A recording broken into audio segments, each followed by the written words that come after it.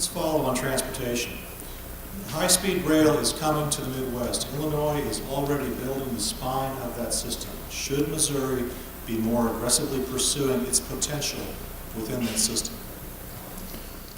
First of all, Jim, thanks for the question. We've worked hard to try to make sure that we keep a robust rail industry in the state. As most folks know, both St. Louis and Kansas City have been railheads and are significant rail centers for the sending and producing and transporting of huge amounts.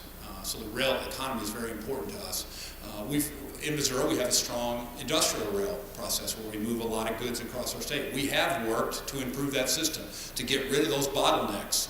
For example, over the Osage River, where we are now in the process of building a new bridge there so that we can get another lane so that we don't have those slowdowns. I think the first step is to make sure we don't get slowdowns. So when we look to more possibilities for passenger rail travel, that we have a system that can deliver on time, and so we're looking at that. We also have worked with Illinois, because I think that anybody that looks at the bigger picture of our country will see that getting the first step of that from that Chicago to St. Louis is important if we're going to be able to attract the resources for high-speed rail across our state. So that's why we have worked with the state of Illinois and others to get that initial project completed, while at the same time working to improve our network here for on-time efforts. It's all of that is part of a long-term transportation focus that will continue to provide us a competitive economy. Dave Spence. I think it sounds great in concept, but who's going to pay for it? Okay? I mean, let's be real about it. We're $16 trillion in debt on a national basis. We're barely meeting our needs on a statewide basis. We're already into our emergency fund, our rainy day fund. I mean, I think it sounds great. Boy, doesn't that sound great? It sure does. But who's going to pay for it? I don't think the taxpayers want to pay one more dollar for it. Hey, Illinois has 3 governors in prison and a $15 billion deficit. If they want to pay for it, that's their problem. Missouri needs to be fiscally responsible, make the tough decisions. Should it be put in the mix of whether we redo 70 or do high-speed rail? Yeah, that's probably in the mix, but I don't think that's before us right now. I really want to see what the load factors would be. That's my world. I want to see supply and demand. Is the demand there? Then we'll supply it. If the demand's not there, we're not in a position to build it and they will come. We're just not there. Jim Higgins. Okay.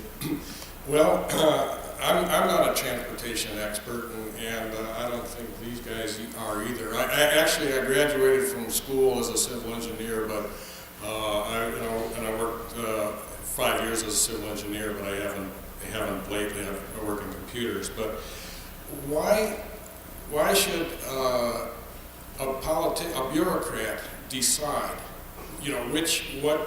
what mode of transportation is best? Whether we have rail or highways. It got us in trouble in the beginning. We built all these highways. We overdid it on the highways.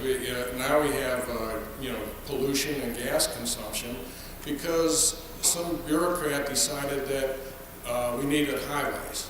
Well, now we're trying to find other things, mass transit and other things.